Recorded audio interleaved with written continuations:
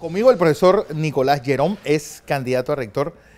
Profesor, usted viene, bueno, primero que nada, esta elección es como casi la entrada oficial de la Universidad de Panamá al siglo XXI. Yo les comentaba que cuando Pablo VI fue el Papa después del Concilio Vaticano II le llamaba ayornamiento, que es algo así como, pues, adecuarse a los tiempos. Cree que quien gane la nueva rectoría le tocará, uno, pues poner la casa en el siglo XXI y dos, un poco quitarle esa imagen que tiene la universidad de estar a espalda a la sociedad. Pues sí, bueno, en primer lugar agradecerle la entrevista y darle gracias a Dios por darme salud para estar en estos avatares, ¿no? Pienso que sí es una coyuntura positiva para la Universidad de Panamá a fin de abrir otros horizontes y de, digamos, hacer una especie de reingeniería integral en la Universidad de Panamá, puesto que estamos viviendo una especie de centralización extremada en la institución en la que, producto de esos 20, 30, 40 años de gestión del actual rector, que en mi modo de ver no lo ha hecho tan mal, pero hay cosas que hay que corregir. Por ejemplo, yo le decía a algunos amigos y estudiantes míos que desde que yo ingresé a la universidad en el año 1972, ya estaba Gustavo. Ya estaba Gustavo, él era el vicerrector académico.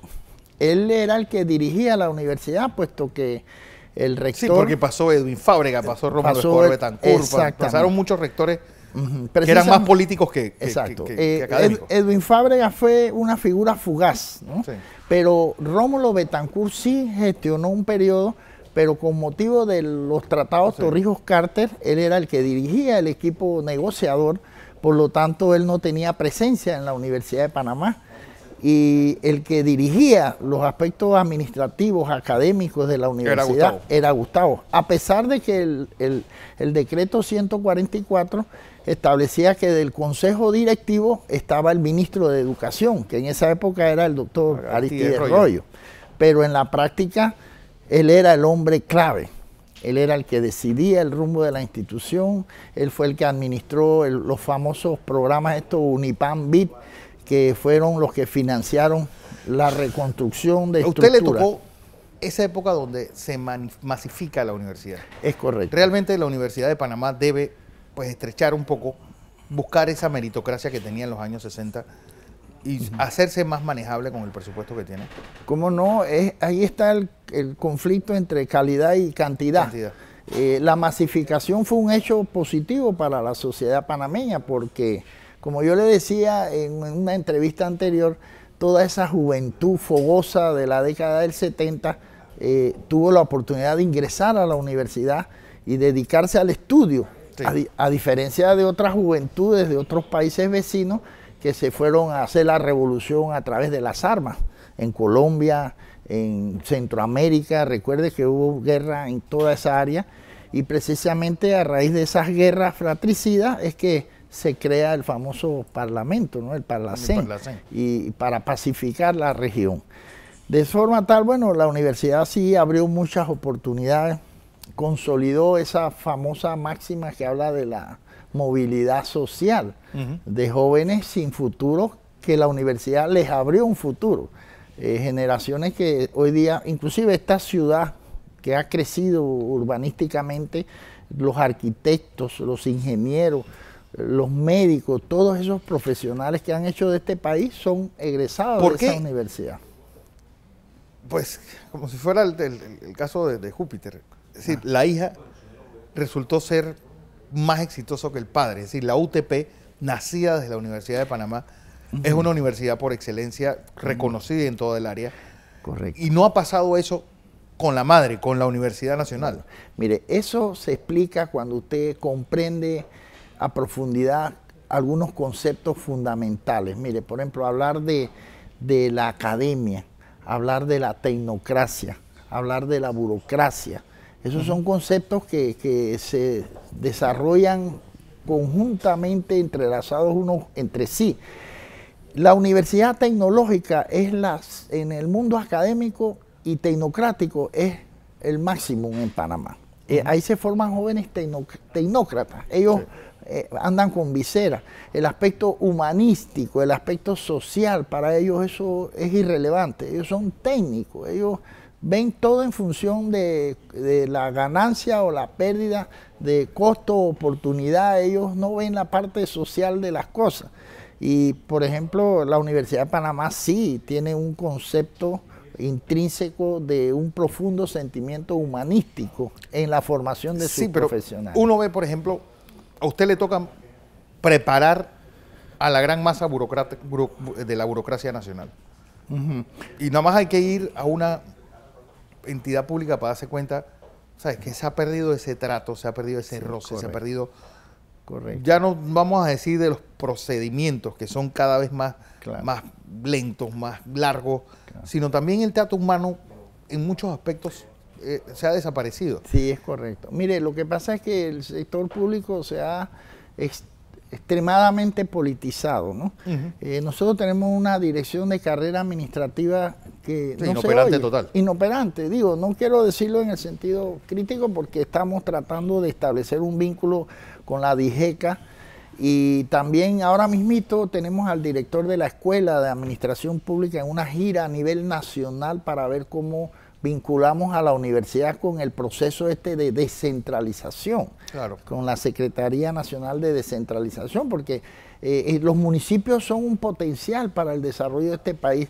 Bueno, amén de las oficinas de los representantes de corregimiento. Correcto, ¿no? Que son parte de los gobiernos locales, y si tú no formas y preparas, capacitas al personal dentro de esas instituciones, que muchos de ellos son empíricos, claro, están allí porque son parientes, son amigos, son del partido ganador de las elecciones de los alcaldes, pero si nosotros potenciamos esa descentralización, va a haber mayor competitividad. El distrito tal con respecto al distrito tal, ellos van a competir y van a, en el caso de la industria sin chimenea, nosotros estamos viendo que el turismo en Panamá está en un hilo, pende de un hilo, y casualmente, ¿dónde van los turistas a hacer turismo ecológico, de playa, etcétera? Sí. A las áreas rurales.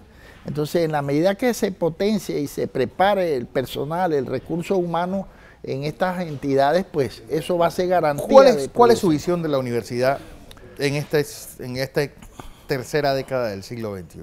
Bueno, la universidad, como usted decía, debe vincularse más a la sociedad, tanto al sector público como privado. Mire, yo vengo de unas visitas periódicas a la Universidad de Costa Rica. La Universidad de Costa Rica es un ente de referencia obligada en Costa Rica. Claro. Si hay un problema de carretera, la UCR. Si hay un problema de salud, la UCR. Si hay algún problema de corrupción, de problemas en la gestión pública, la UCR. Eso es lo que yo visualizo para la Universidad de Panamá.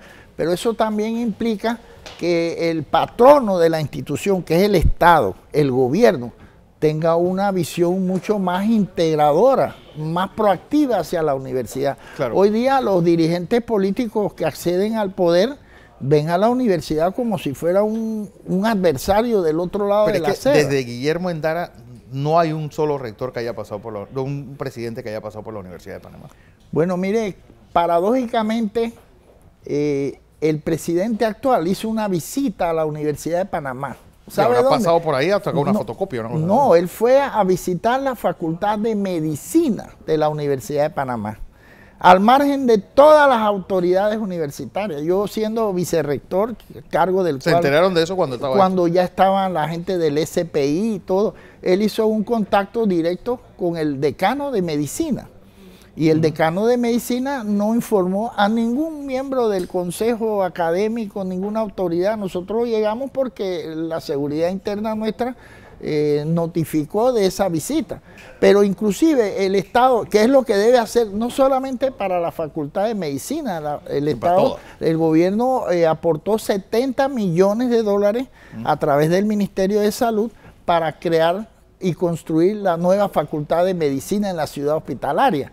En cambio, en el caso de Ciencias Agropecuarias, nos negó utilizar fondos propios de 5 millones para adquirir unas tierras en el área de Chepo para esa facultad.